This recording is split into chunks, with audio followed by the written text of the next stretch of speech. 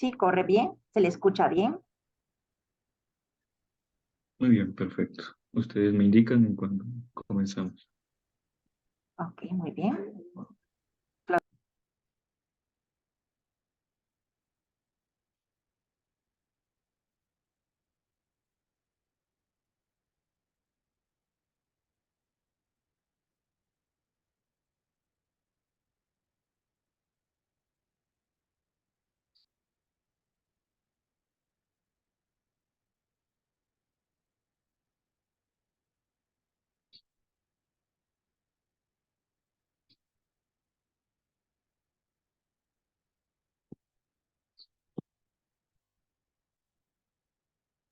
Bien, muy buenos días. Si le parece, doctor, podemos dar inicio a nuestra actividad del día de hoy. Muy Hoy bien. vamos a tener nuestra educación sanitaria sobre insuficiencia venosa y va a ser dictada por el doctor Brian Galindo. Agradecemos la asistencia a cada uno de ustedes a esta actividad y voy a permitirme leer la hoja de vida del doctor. El doctor tiene una experiencia laboral, médico turnista en la Polimédica de Occidente, es médico de brigada en Global Brigades, médico turnista en el Centro Médico Los Pinos, médico turnista Medical International. Datos académicos, el doctor pues tiene un diplomado en ético, en investigación y publicaciones científicas en el año 2022. En la Universidad Mariano Galvez de Guatemala tiene una licenciatura en Ciencias Médicas y de la Salud, es médico y cirujano y es colegiado de la SAG. Bienvenido, doctor. Muchas gracias por estar con nosotros el día de hoy y compartir este tema tan importante que es sobre la insuficiencia venosa y que la podemos padecer cualquiera de nosotros por diferentes razones, ¿verdad? Como usted nos va a explicar y cómo podemos hacer también para prevenir esta situación en lo que a la prevención corresponde. Así que usted me indica si pueden hacer las pacientitas las preguntas durante la plática. Sí, si gustan me pueden interrumpir durante la presentación. Vamos a tratar de que sea lo más dinámico y ameno posible. Y de igual manera, si también prefieren terminar la presentación, también al final pueden guardar sus preguntas e indicármelas. Mucho gusto, mi nombre es Brian Galindo. Primeramente agradezco a la institución, ¿verdad?, por la invitación que me hizo. Siempre compartir este tipo de temas es importante, ¿verdad? Hay estudios que reportan que hasta un 75% de la población se encuentra en riesgo de padecer insuficiencia venosa. Entonces, creo de que sí es una enfermedad importante, ¿verdad? Como bien lo mencionaban, pues muchos nos encontramos en riesgo, ¿verdad? Más adelante vamos a ver los factores de los cuales depende tener un mayor o menor riesgo, pero sí es una situación que debemos de tener presentes. Bueno, voy a dar inicio a la presentación. Vamos a hablar sobre algunos conceptos básicos de lo que es la insuficiencia venosa. Para empezar, todo el sistema venoso que tiene la función principal de retornar la sangre desde la periferia, desde los tejidos periféricos hacia el corazón. Entonces, la sangre venosa se caracteriza por tener un bajo contenido de nutrientes, una alta cantidad de sangre desoxigenada y, como lo mencionaba, pues se dirige hacia el corazón.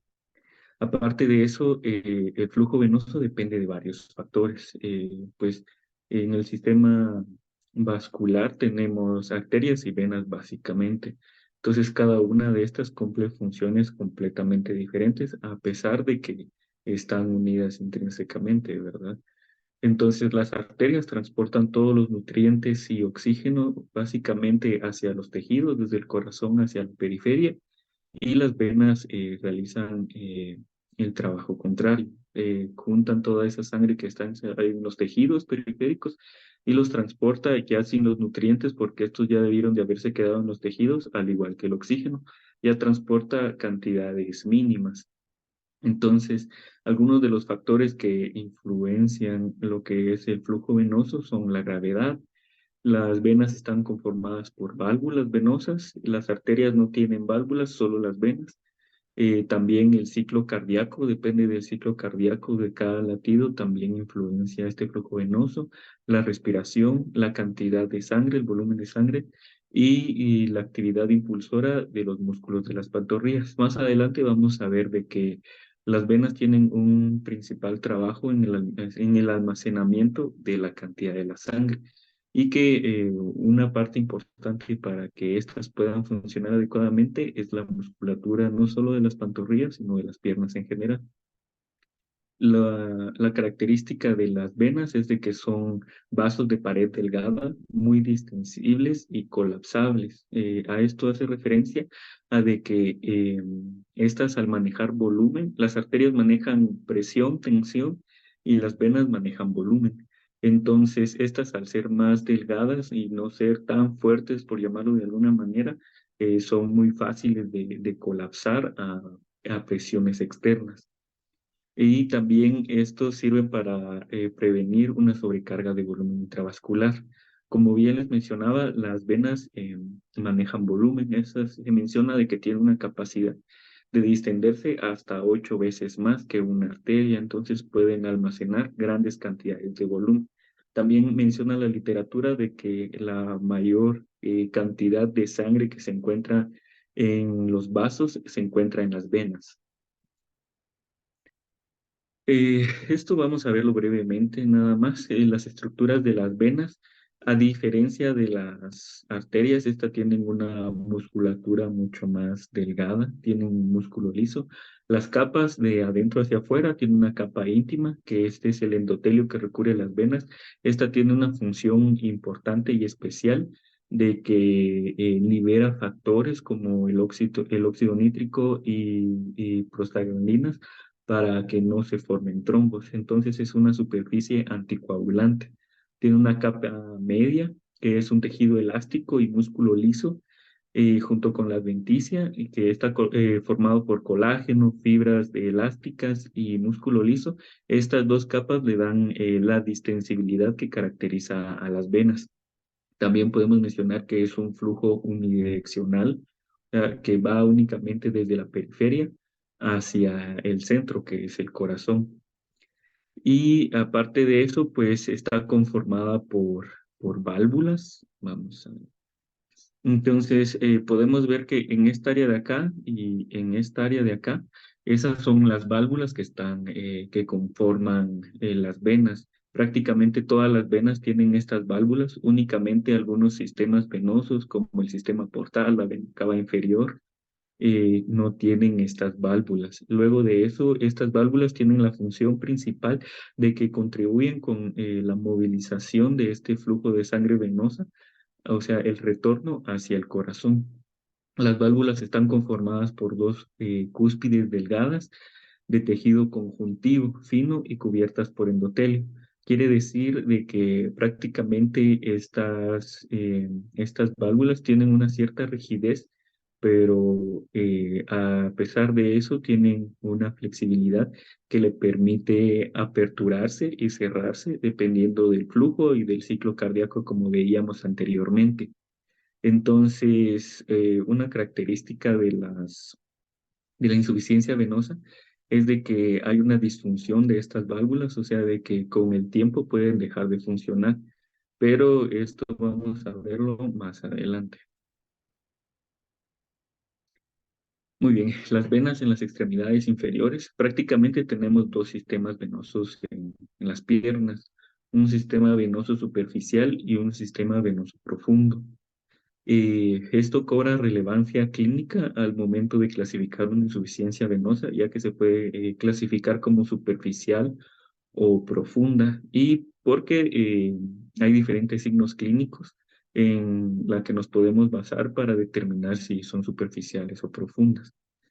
Prácticamente vemos de que el sistema venoso superficial está conformado por la vena safena inferior, la vena safena eh, externa o superficial y las venas tributarias. Esas las podemos ver en la imagen de la derecha.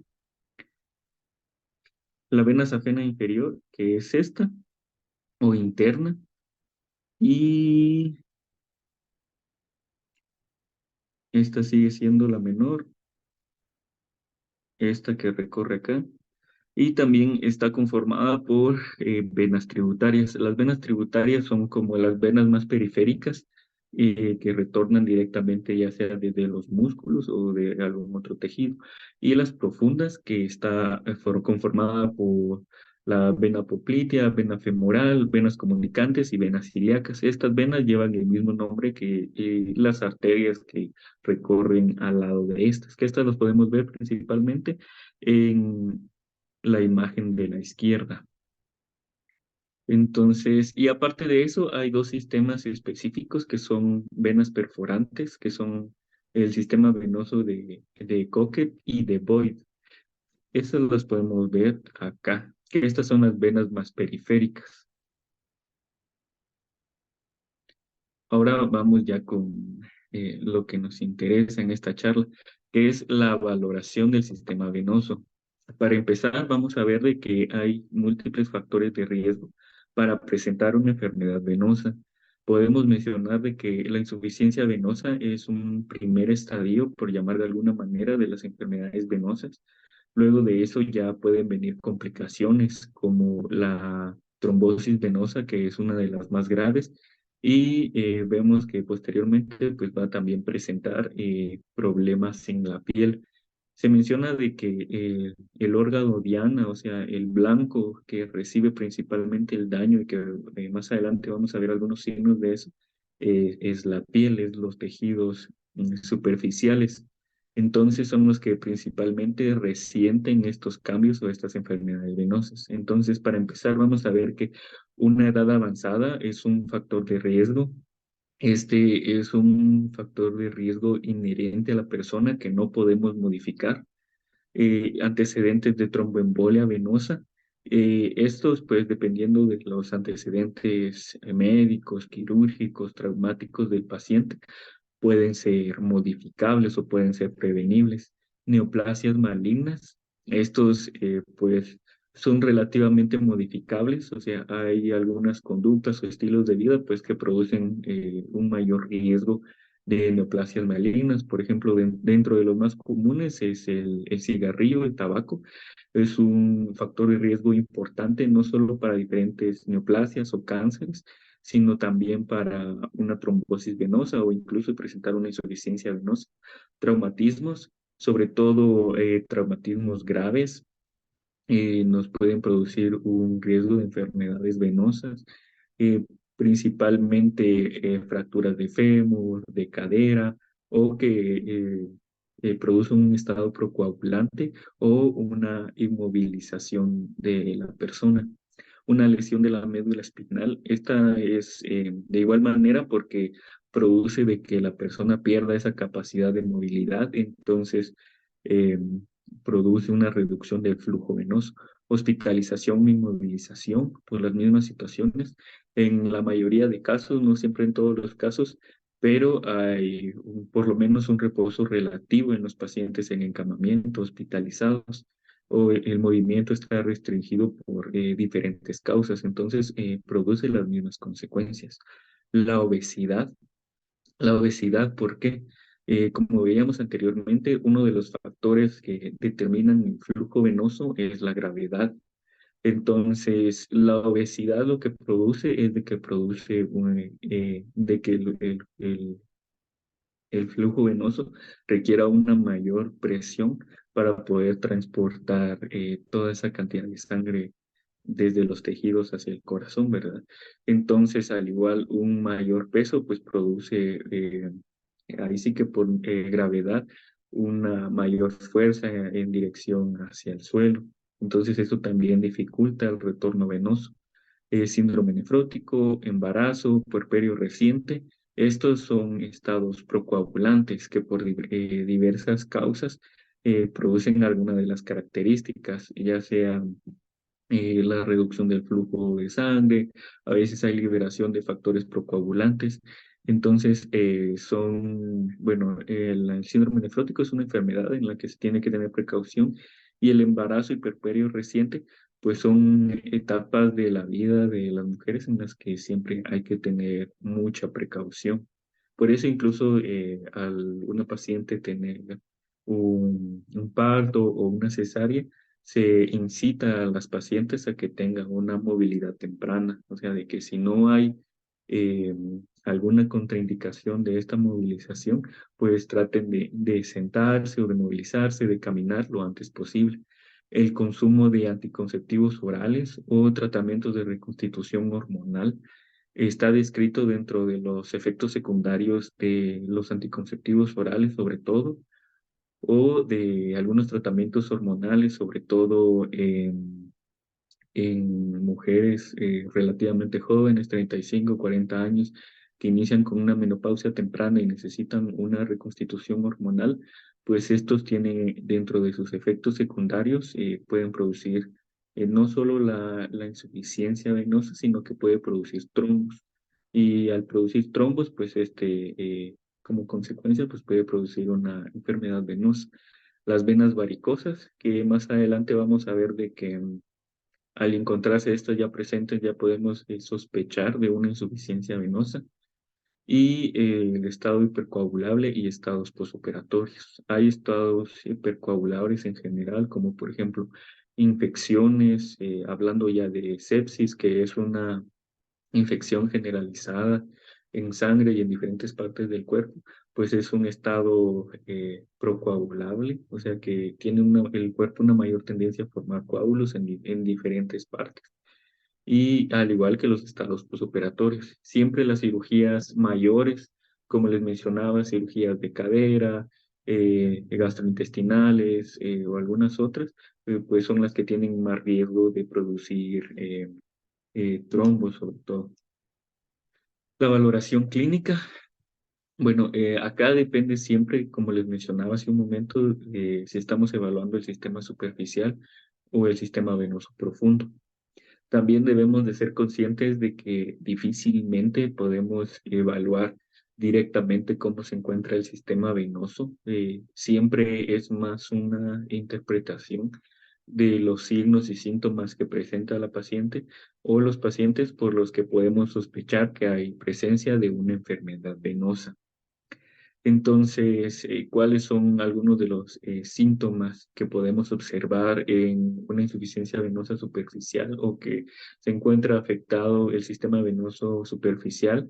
Tortuosidad, o sea, venas tortuosas, que son venas grandes, dilatadas, que a tortuosidad se refieren a de que no tienen una sola dirección, sino que presentan muchas curvas. Vamos a ver más adelante algunas imágenes. Varicosidad, que son estas características, estas venas hiperpigmentadas que también sobresalen, se dilatan. Sáculos venosos, venas subdérmicas distendidas, venas intradérmicas distendidas. También se presentan algunos síntomas como calor, eritema, que es enrojecimiento de la piel, y también se presenta una sensación de cansancio en el área que se encuentra afectada. Bueno, la insuficiencia venosa crónica. Esta es el problema más común en el que podemos hallar insuficiencia venosa crónica. Esta se encuentra en la mayoría de la población en diferentes grados, definitivamente, pero sí la mayoría de la población, sobre todo personas mayores, pueden presentar la insuficiencia venosa crónica. Y como les mencionaba, esta es consecuencia de una incapacidad de las válvulas venosas de que se produzca el flujo venoso unidireccional, también por causa de obstrucción venosa, como lo mencionaba antes, principalmente por trombos, o por ambas. Otra situación que tal vez no he mencionado es de que también la acumulación de algunos lípidos, lo que conocemos comúnmente como triglicéridos o colesterol en alguno de los vasos, también puede producir obstrucciones parciales. Definitivamente las arterias son las que más se afectan con esto, pero las venas también pueden llegar a presentar alguno de estos tipos de daños por este tipo de grasas malas, como se les conoce comúnmente. También cuando vemos también un flujo venoso retrógrado, esto principalmente cuando ya hayamos una insuficiencia de estas válvulas venosas. Como mencionaba, la característica del sistema venoso normal o sano es de que hay un flujo unidireccional, pero a haber una insuficiencia o colapso de estas válvulas venosas, ya tenemos un retorno venoso que no debería de ser normalmente así. Entonces, aquí es donde podemos presentar distensión en las venas, ya sea en las venas varices o venas tortuosas. Y como mencionaba, que el órgano blanco es la piel, que es donde vamos a ver los principales daños, pero no son de las complicaciones más graves. Vamos. Muy bien. Los hallazgos clínicos en una insuficiencia venosa crónica.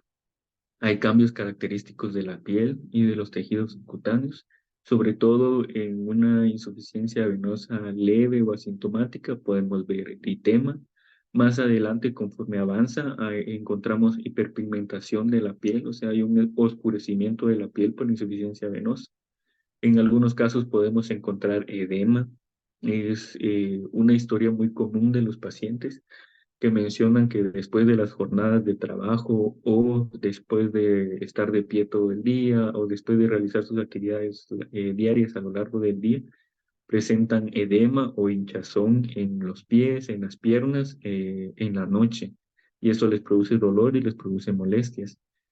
Induración y pigmentación de la piel definitivamente cambia, presenta dureza, la palpación, la hiperpigmentación que les mencionaba, eczema, que esto es descamación, dermatitis, y dentro de las consecuencias más graves ya es la ulceración, que es lo que vamos a poder ver en estas imágenes.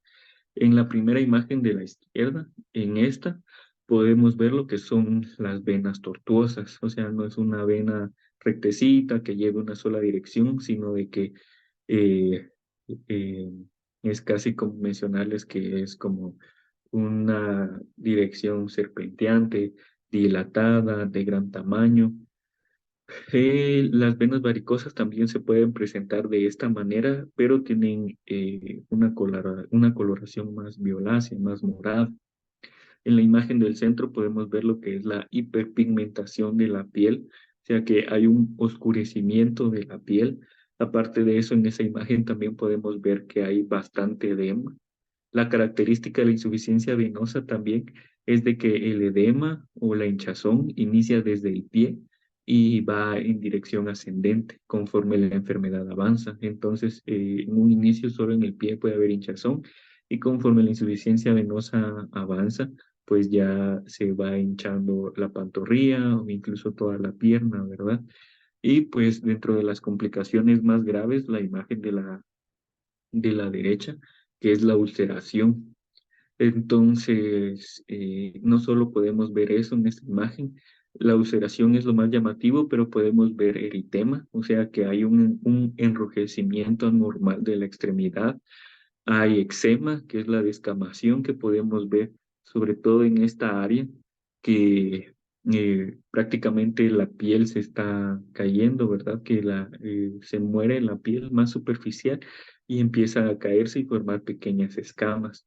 Entonces, los pacientes o las personas pueden presentarse de diferentes maneras.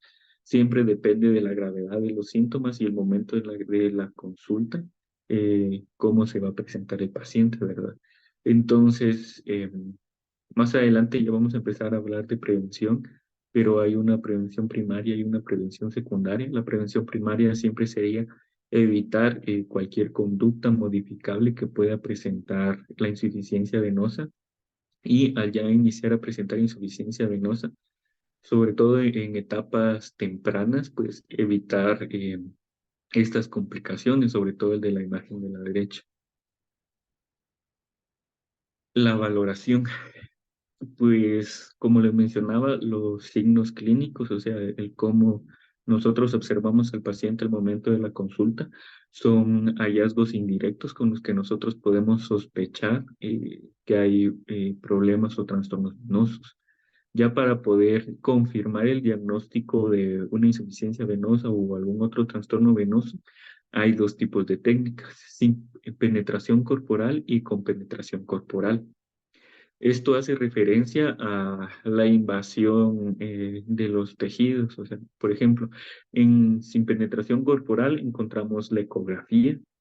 Es el método actualmente más importante por los costos y la accesibilidad. O sea, esto hace referencia a de que es mucho más fácil que el paciente pueda acceder a realizarse un ultrasonido, como se le conoce comúnmente, y que el costo no sea tan elevado como las otras técnicas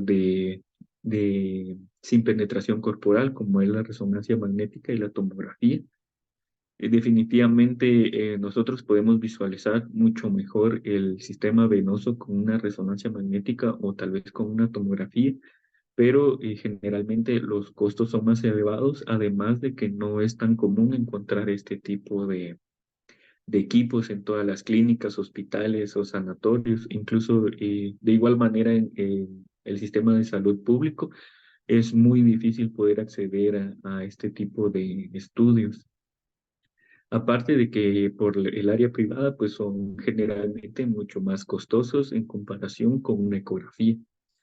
La ecografía, a pesar de que no se ve tan directamente el sistema venoso, pero sí nos permite visualizar claramente y encontrar signos, síntomas y hallazgos importantes, ¿verdad? Con los que nosotros ya podemos realizar el diagnóstico.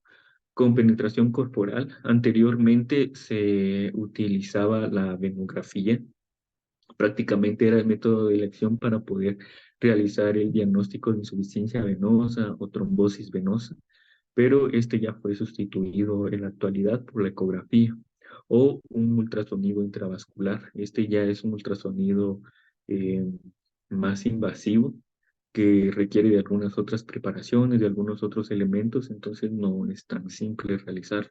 Además de que es más costoso en comparación con la ecografía dúplex. La ecografía dúplex hace referencia a que ya los equipos actuales tienen un sistema especial en el que ya podemos visualizar e interpretar el flujo venoso o el flujo arterial incluso con colores, aparte de poder visualizar los vasos tanto arteriales como venosos. Ahora sí, prevención y tratamiento. En cuanto a la prevención y el tratamiento, siempre va a depender de la etapa de la enfermedad en la que se encuentre la persona. Entonces, como les mencionaba, está tanto la prevención primaria como la prevención secundaria. La prevención primaria, siempre vamos a, todas las medidas y todo lo que nosotros realicemos, siempre va enfocado a evitar de que la persona presente desde un inicio la enfermedad. O sea, de que no tiene que haber ni signos, ni síntomas, ni cualquier situación que nos haga sospechar de que ya la persona está presentando insuficiencia venosa. Y la prevención secundaria ya hace referencia a que ya la persona puede tener establecida la insuficiencia venosa o una enfermedad venosa, un trastorno venoso, pero tenemos que evitar de que presente complicaciones o que se presente síntomas graves. Entonces, eh, a pesar de que por experiencia, por decirlo así, las mismas personas ya pueden detectar en algunos casos, sobre todo cuando presentan síntomas de cansancio, el edema, el hinchazón en los miembros inferiores, o que también es posible que visualicen a simple vista, ¿verdad?, las venas varicosas o las venas tortuosas. Los mismos pacientes ya pueden sospechar de que ellos tienen una insuficiencia venosa, ¿verdad? Pero siempre es recomendable de que se acerquen a un profesional médico, ¿verdad? Para que pueda evaluarlos y diagnosticarlos y establecer el estadio de la enfermedad. Como lo podemos visualizar en este cuadro, dependiendo del estadio, ya son las medidas que debemos de tomar. Entonces, en pacientes asintomáticos se toman medidas conservadoras, o sintomáticos leves se toman medidas conservadoras y se puede valorar la escleroterapia. y pacientes sintomáticos con síntomas graves o reflujo. El reflujo venoso podemos ya valorar ya un tratamiento más invasivo, como ablación, como escleroterapia, flebectomía, ligación de las venas o colocación de estén venosos. Eso lo vamos a ver ya más adelante. Entonces, ¿a qué nos referimos con la terapia conservadora? Eh, Todas estas medidas van dirigidas a mejorar la oxigenación del tejido subcutáneo y de la piel para aumentar un mejor flujo venoso. O sea, lo que tratamos acá es de que se conserve de la mejor manera el flujo venoso para que los tejidos periféricos no sufran un mayor daño. Entonces, la primera medida, y tal vez dentro de las más comunes, es la compresión. Esta incluso se lleva a utilizar por algunas personas como prevención primaria, o sea, de que todavía no tienen enfermedad, pero sobre todo por trabajos que les implican estar inmóviles mucho tiempo o estar de pie mucho tiempo, y que esto sí produce una sensación de cansancio y fatiga en los miembros inferiores, sienten alivio con la compresión. Más adelante vamos a ver de que hay varias medidas compresivas. La elevación, esto se recomienda en consulta. Cuando los pacientes sienten estos síntomas, se recomienda de que al final del día eleven los pies y que el cuerpo esté debajo del nivel de la elevación de los pies. O sea, se recuestan los pacientes y tienen que elevar las piernas, o se recomienda de que coloquen almohadas debajo de las piernas para poder elevarlas o recostarlas contra la pared mientras el paciente está acostado. O sea, se puede hacer de diferentes maneras. ¿Y por qué la elevación? Como recordamos, generalmente el flujo venoso compite contra la gravedad para poder retornar la sangre hacia el corazón. Entonces, con la elevación y cambiar la dirección del flujo venoso, la misma gravedad nos contribuye a que vaya un mejor drenado de la sangre hacia el corazón. Por eso es que siempre el cuerpo o el corazón, por decirlo de alguna manera, tiene que estar por debajo del nivel de las piernas al realizar estos ejercicios y el entrenamiento de marcha. Esto va casi en conjunto. Como recordamos, las capas que tiene una vena están conformados por músculo liso, pero es una pequeña cantidad de músculo liso.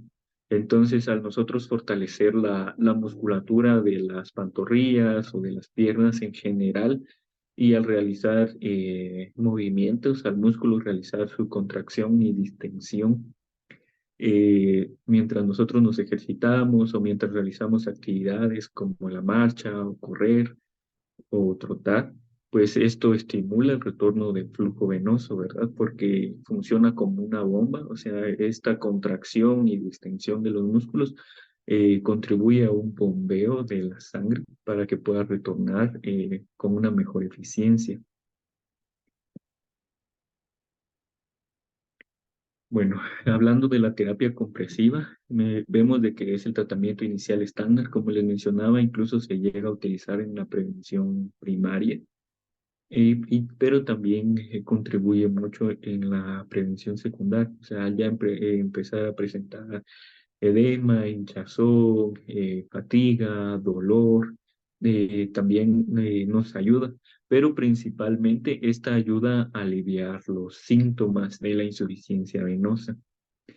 Generalmente el tratamiento conservador ayuda principalmente con el alivio de los síntomas, pero no ayuda con un tratamiento definitivo. Esto generalmente el tratamiento definitivo se obtiene ya resultados ya más con terapias invasivas, como lo veremos más adelante. Pero lo que sí les mencionaré en cuanto al ejercicio y en cuanto a la terapia de marcha, este sí contribuye de mejor manera tanto a la prevención de, como una prevención primaria, o sea, llegar a presentar la insuficiencia venosa, eh, aparte de los múltiples factores que implica una edad avanzada y que esto produce un mayor riesgo de insuficiencia venosa, el, la pérdida de músculo, de masa muscular con la edad, pues es otro de los factores propios de la edad que contribuyen a un mayor riesgo de presentar insuficiencia venosa. Pero se ha visto en estudios de que pacientes deportistas o atléticos que realizan algún ejercicio o algún deporte o que van al gimnasio y que tienen mayores porcentajes de masa muscular a la entrada a una edad avanzada, previenen estas enfermedades o la presentan en etapas leves, por decirlo de alguna manera, no la presentan de una manera complicada. Entonces, por eso es de que el ejercicio y la marcha sí pueden llegar a prevenir hasta cierto punto que lleguemos a presentar una insuficiencia venosa. Y número dos, que si ya la presentamos o ya tenemos algunos otros factores que nos van a contribuir a presentarla, pero a no presentarla de una forma grave o presentar complicaciones en la insuficiencia venosa. Entonces, retornando a la terapia compresiva, hay diferentes métodos de compresión, como hay botas de compresión, las medias de compresión elásticas, que son las más comunes, generalmente son las más accesibles y que se puede conseguir en cualquier farmacia o venta de equipo médico. Las medias de compresión, como les mencionaba, es importante siempre de que un médico valore la enfermedad porque las medias de compresión no es una media de compresión universal, por llamarlo de alguna manera, sino de que esta se mide por milímetros de mercurio, la capacidad de compresión que esta puede dar, y generalmente para estadios leves, o sea que no son muy sintomáticos, son síntomas leves o incluso asintomáticos, se usa una menor compresión. Y cuando ya son casos mucho más complicados, ya se deja la mayor compresión posible. Entonces siempre hay que tener mucho cuidado. Hay definitivamente mucho abandono del tratamiento con las medias de compresión, a pesar de que los pacientes sí llegan a presentar alivio de los síntomas, pero esto puede deberse por una mala elección de las medias.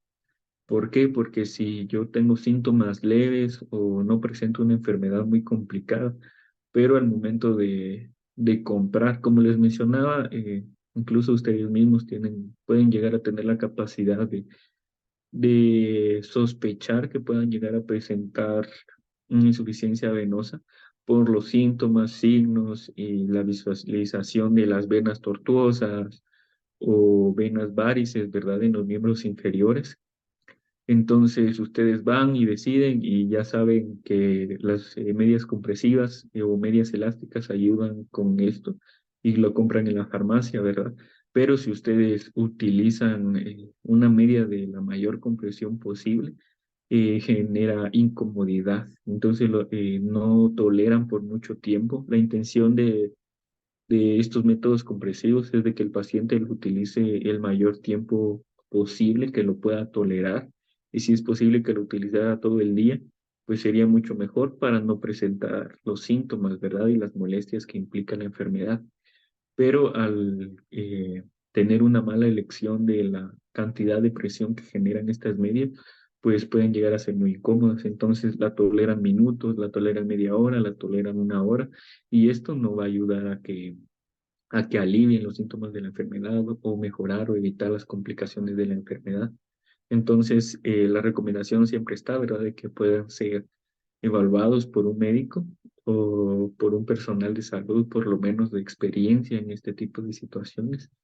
Lo ideal siempre es un médico, incluso un cirujano o un cirujano vascular, que sería directamente la mayor especialidad encargada de este tipo de enfermedades, ¿verdad?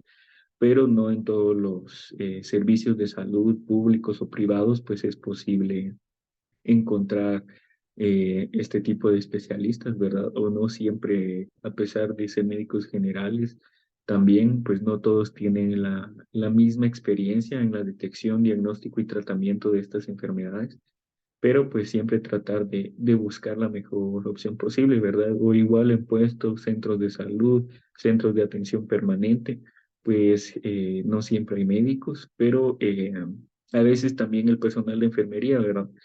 sobre todo por experiencia o algunos también por preparación, pues pueden tener experiencia en el manejo de estas situaciones. Entonces, siempre acudir al servicio de salud más cercano, ¿verdad? No siempre todos tienen la misma capacidad de consultar con un especialista, pero sí la recomendación es, tanto como lo veremos con medicamentos más adelante, pues no tratar de no hacer nosotros mismos el diagnóstico y el tratamiento, sino siempre tratar de buscar esa asesoría especializada en este tipo de, de temas. Continuando, las vendas de velcro, estas generalmente, estas no son tan comunes, pero sí las podemos encontrar, porque esta es como un vendaje elástico que también está dentro de las opciones. Que este se realiza el vendaje en los miembros inferiores. Este puede variar mucho y no siempre es tan recomendado, porque así como puedo yo ajustar bastante un vendaje, ya sea con vendas de velcro o un vendaje elástico, también lo puedo dejar muy suelto, muy flojo. Entonces, puede de que si yo realizo un mal vendaje, pues no se tengan los efectos deseados o los efectos beneficiosos. Y también hay sistemas de compresión especializados para este tipo de problemas, pero estos son mucho más difíciles de acceder y son mucho más costosos y pues generalmente son más incómodos porque estos dificultan la movilización de las personas al tenerlos colocados. Entonces, lo más recomendable y accesible son las vendas de compresión elásticas o en su defecto un vendaje elástico, pero como les mencionaba y les recalco de nuevo, pues tiene que ser colocado por alguien con experiencia o en su defecto, el asesoramiento, ¿verdad? En una consulta, por ejemplo, yo no tengo o no puedo comprar medias de compresión elásticas, puedo comprar vendas elásticas que generalmente son mucho más baratas en comparación con las medias de compresión, pero el médico o incluso un fisioterapeuta, que es el que nos contribuiría en este caso con los ejercicios o la terapia de marcha, pues puede enseñarles a colocarlo adecuadamente, ¿verdad?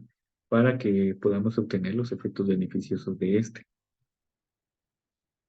La terapia farmacológica, todavía considerado dentro de las medidas conservadoras, pues definitivamente ya se necesita de que se acuda al médico para poder obtener.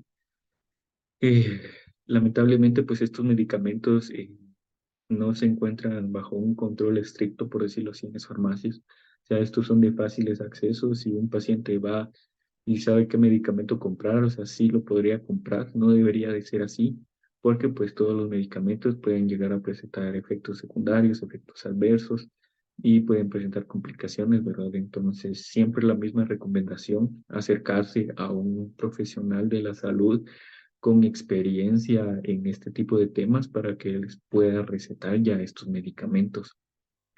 Generalmente estos medicamentos ya se deja en pacientes con síntomas leves o en algunos estadios de la enfermedad un poco más avanzada, pero sin presentar complicaciones como la ulceración. O incluso este se puede utilizar como coadyuvante ya con algunas otras terapias que veremos más adelante. Como les mencionaba anteriormente, se reporta hasta un 70% de no adherencia con la terapia compresiva. Incluso podríamos realizar una combinación, ¿verdad?, de terapia compresiva junto con terapia farmacológica. Pero como les mencionaba, el paciente tiene que ir con mucha educación en cuanto a la terapia compresiva. No solo eso, sino también la adherencia al tratamiento, ¿verdad? Porque generalmente la vida media de estos medicamentos es corta, entonces requiere de que se tomen múltiples dosis a lo largo del día. Y mientras más dosis se necesite tomar a lo largo del día, pues esto puede complicar la adherencia del paciente. Entonces, siempre es muy importante la educación y el asesoramiento que se le dé al momento de la consulta y al momento del seguimiento a los pacientes. Entonces, el Diosmiplex, que es un medicamento que se consigue únicamente en Estados Unidos, que es una fracción de flavonoides purificada micronizada. Este lo que tiene es un efecto vasotónico, o sea que el propio músculo liso que tienen las venas se contraiga y esto produce un flujo venoso mejor, ¿verdad? O, por ejemplo, acá en Guatemala, que es prácticamente lo mismo, la diosmina. Hay diferentes marcas o nombres comerciales, dentro de los más conocidos el Bedipal, que tienen prácticamente el mismo efecto que este Diosmiplex. Aparte de eso, hay algunos otros medicamentos que aún se encuentran en estudio, como es el extracto de semilla de castaño de Indias, que de igual manera este también tiene un efecto vasoactivo, pero todavía se encuentra en estudio. O sea, hay estudios que reportan de que sí se encuentra un beneficio en este extracto, pero todavía no cuenta con estudios tan grandes o con mucha evidencia, ¿verdad?, que pueda respaldar el uso de este extracto. Ahora, las terapias intervencionistas, que estos generalmente ya ofrecen una terapia más definitiva, o sea, de que ya no solo es el alivio de los síntomas, sino de que ya podemos considerar que se puede resolver la enfermedad. Dentro de los más comunes, la escleroterapia. En la escleroterapia, se inyecta intravenoso, o sea, que se aplica directamente dentro de la vena un compuesto especial que obstruye lo que son estas venas tortuosas o estas venas varicosas para que el flujo venoso ya no se dirija hacia estos vasos, sino de que ya tome otras direcciones, ¿verdad? Entonces, no hay tanto problema con obstruir o como lo vamos a ver, con eliminar estas vías o estos vasos que ya se encuentran afectados, porque siempre hay flujo venoso colateral. Entonces, a no ser de que sea una vena importante del sistema venoso profundo, pues ahí sí tendríamos complicaciones, ¿verdad? Pero generalmente en las venas superficiales, colaterales, que son las que tienden a verse tortuosas o suelen verse varicosas, pues no vamos a tener mayor problema, no hay mayor problema porque siempre hay muchas más venas que drenan los tejidos, entonces por eso es que se opta por esta opción, que es mejor prevenir de que el flujo se dirija a estos vasos que ya se encuentran enfermos, o sea, que ya no funcionan adecuadamente, y de que el flujo mejor se dirija a vasos de que aún tienen un adecuado funcionamiento. Entonces, la escleroterapia, la ablación superficial endovenosa, la ablación depende del método con el que se realice, pero en cuanto a ablación nos referimos a que se utiliza un equipo especial eh, para que me comprendan más fácil, es como quemar los vasos que ya no se utilizan o las ligaduras y extracciones de estos vasos, generalmente es la vena safena.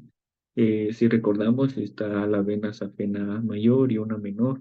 Entonces, o sea, en ligadura es que se sutura con una sutura especial para vasos, se anuda y se evita de que el flujo se dirija hasta estos vasos. Y la venoplastía y colocación de stent.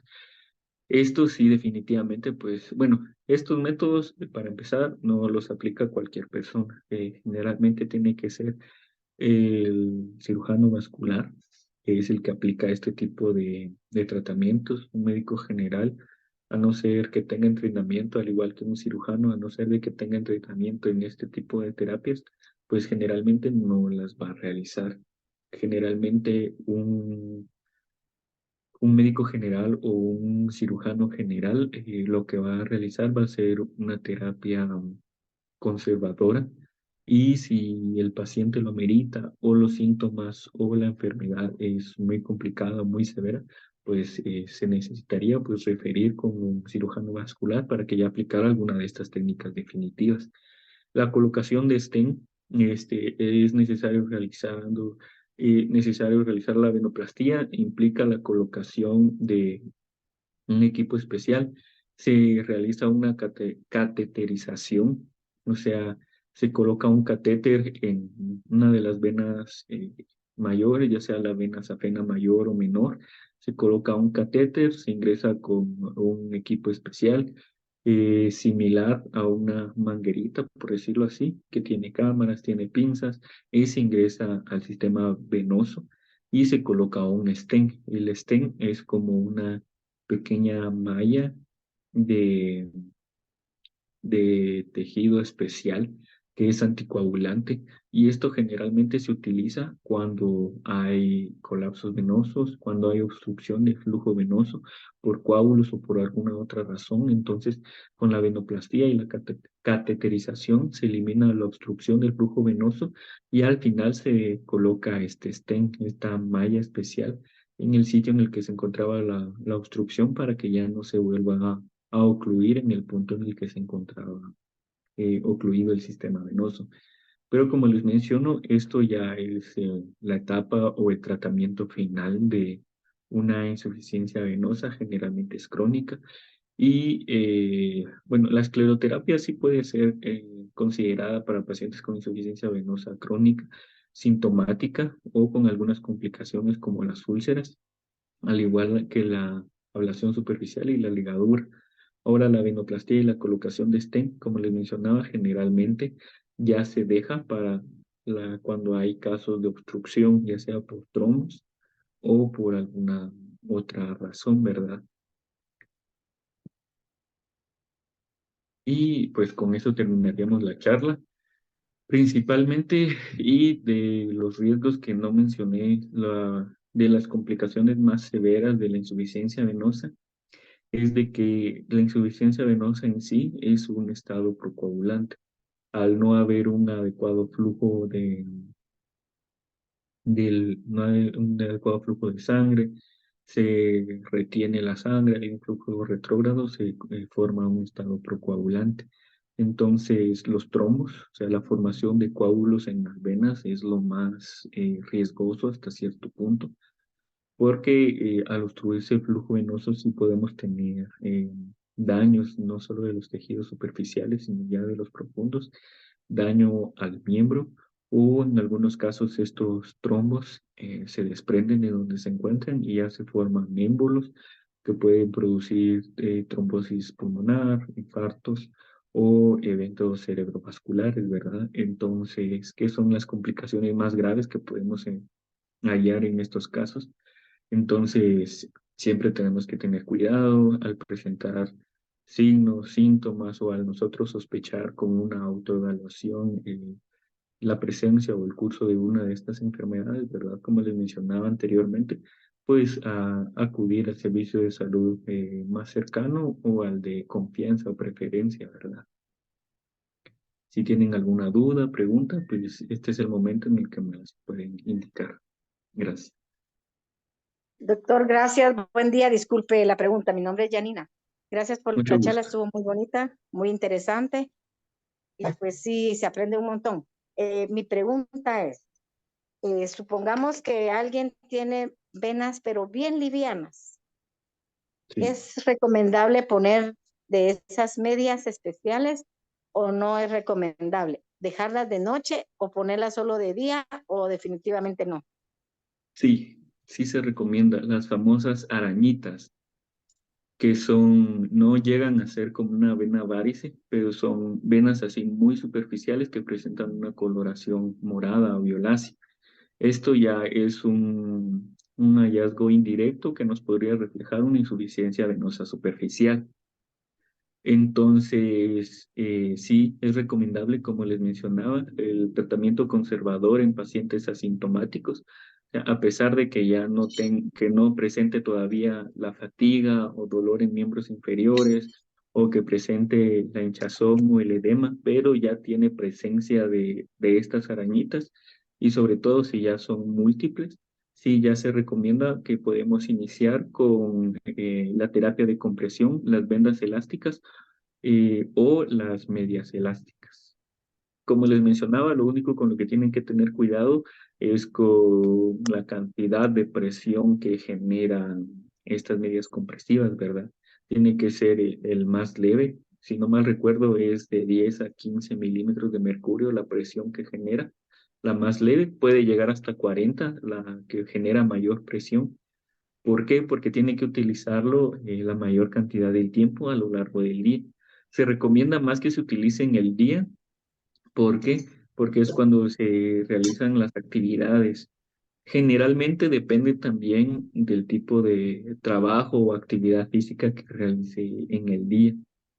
Más si es un trabajo que le implique, un trabajo de escritorio que implique que esté sentado o sin moverse la mayor parte del día, o por ejemplo que sea un trabajo en ventas, asesores de ventas, personal de salud, personal de seguridad, que implique estar de pie mucho tiempo, pues se recomienda que se utilice más durante el día para mejorar el flujo venoso a lo largo del día y que al llegar la noche pues ya se la puedan retirar para que puedan descansar cómodamente, ¿verdad? Y que al final del día pues no presenten mayor síntoma o mayor molestia, pero sí se puede utilizar ya desde esta etapa. Ah, ok, muchas gracias, muy amable. Un gusto. ¿Alguna otra pregunta? Buenos días, doctor. Buenas tardes, perdón. Buenas Con tardes. una pregunta. Dice que hace como seis años me operaron más o menos de los varices, que muy joven, por cierto, tenía como Sí. 22 años. Entonces mi pregunta es, siempre me he quedado con la duda, ¿verdad? Si puedo realizar ejercicio, o sea, correr unos 10 kilómetros, 7 kilómetros, ¿es bueno o solo es trotar o no sé qué sería necesario? Gracias. Sí, sí lo puede realizar. No hay contraindicación, por decirlo así, de que luego de una terapia intervencionista no se pueda realizar ejercicios, ¿verdad? De hecho, todo lo contrario, se recomienda luego de pasar el tiempo prudente de recuperación, siempre depende del tipo de intervención que le realizaron, pero ya si son 6 años, ya pasó tiempo más que prudente, ¿verdad? Entonces, sí se recomienda de que pueda realizar ejercicios, tanto la terapia de marcha, o sea, ahí depende de su capacidad física, ya sea caminar, trotar o correr, y la distancia igual depende de su capacidad física, pero sí es muy recomendable. Y al igual que ejercicios que fortalezcan la musculatura de, de las pantorrillas o de la pierna en general, es con la que va a tener mayor beneficio, pero sí la puede realizar sin ningún problema. Si no has realizado actividad física en estos últimos años, ninguna actividad física, siempre se recomienda de que inicie con una actividad física leve, unos 30, 40 minutos de marcha o de trote, por lo menos unas 2 o 3 veces a la semana, sería lo recomendable. Y conforme vaya mejorando ya su capacidad física, pues ya puede ir aumentando tanto intensidad como tiempo o distancia. Muchas gracias. Un gusto.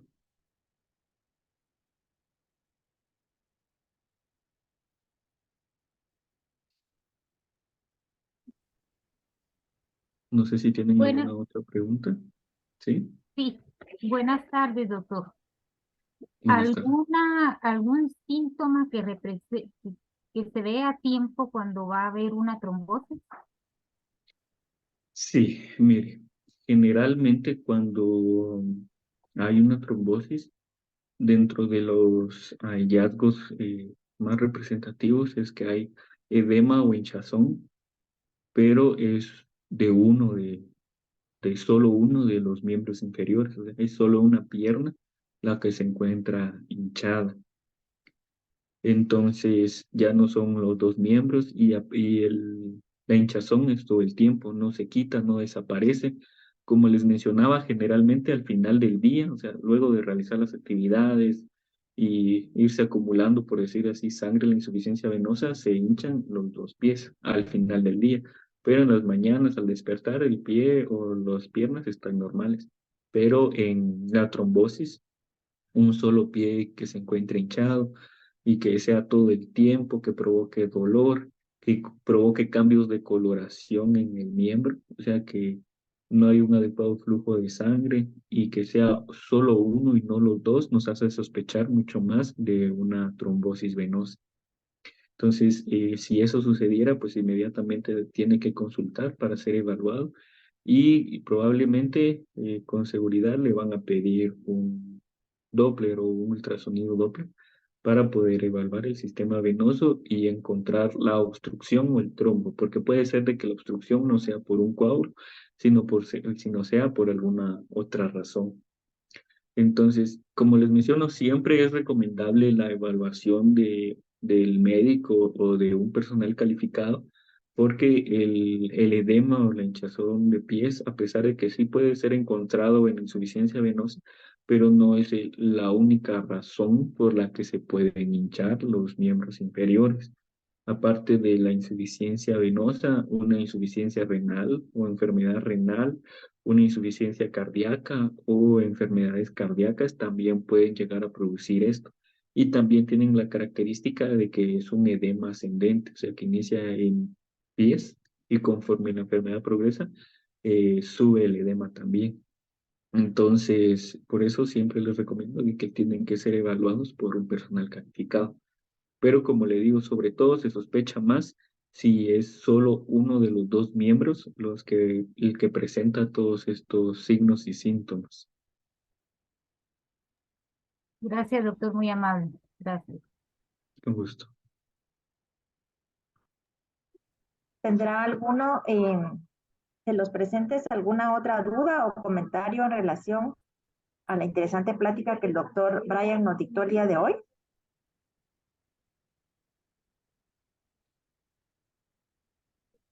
Si no es así, pues doctor, le damos las gracias por haber compartido con nosotros este interesante tema, que comparta sus conocimientos y que vemos que es de interés general. Esta charla para las personas que no pudieron entrar, pues se va a estar compartiendo en las diferentes redes sociales que tiene SEGIMED, ¿verdad? Para que puedan escuchar la plática y si tienen alguna duda de lo que el doctor dijo o que se quisiera volver a escuchar, pues la van a poder escuchar cada una de ustedes. Le vamos a hacer entrega, doctor, de un diploma y pues para esto cedo el honor a la licenciada Claudia Aguilar para que haga entrega del diploma que SEGIMED le entregará.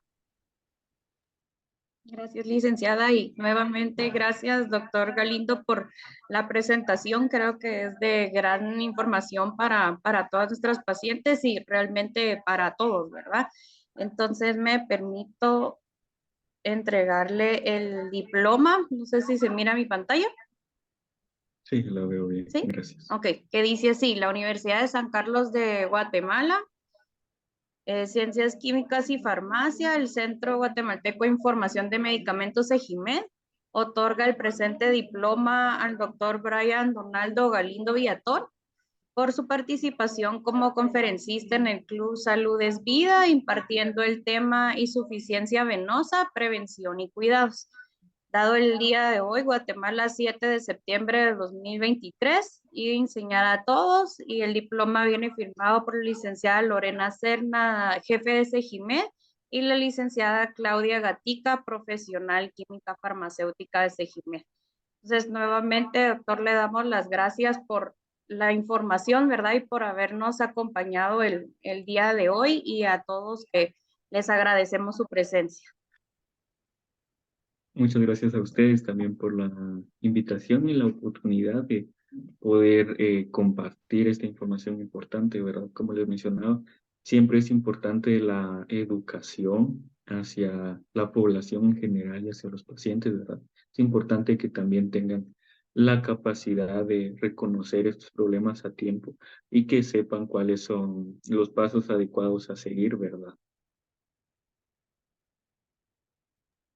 Muchas gracias, doctor. Como dice usted, uno de los pilares fundamentales para hacer cambios, pues es educar, ¿verdad?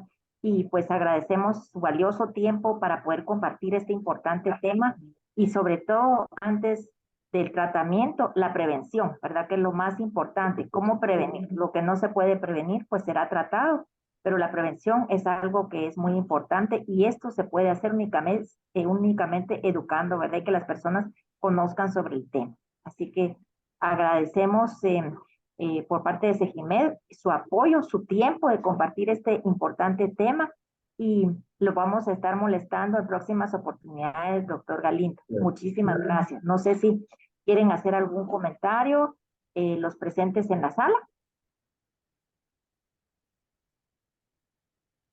No, muchas gracias. Estuvo muy interesante, muy amable. Gracias.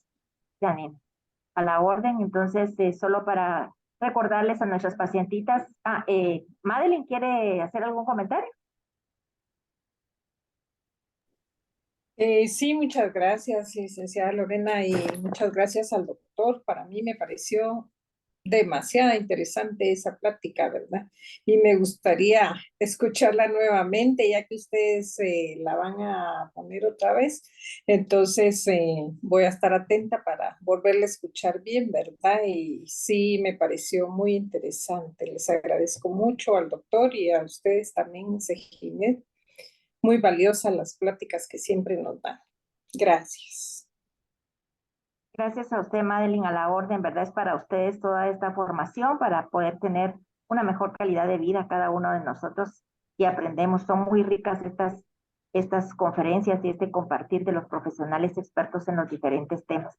Así que solo para recordarles que mañana tenemos nuestra rutina de ejercicios, ¿verdad? A las 8 de la mañana con el profesor Osvaldo, así que les esperamos acá en la cancha, en las instalaciones de Sejimed, ¿verdad? En la cancha de básquetbol donde se realiza la rutina de ejercicio.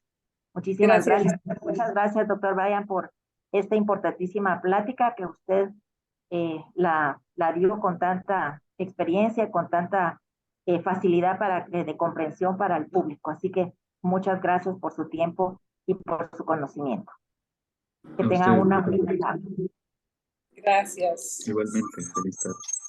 Feliz tarde a todos. Muchas gracias, doctor, por el apoyo y el espacio que nos apartó para compartir con nuestros pacientes de Club Salud SB. A ustedes también, gracias por su tiempo. Gracias, doctor. Adiós a todos. Feliz tarde. Feliz tarde. Gracias. Sí. Gracias. Feliz tarde. Feliz tarde, gracias.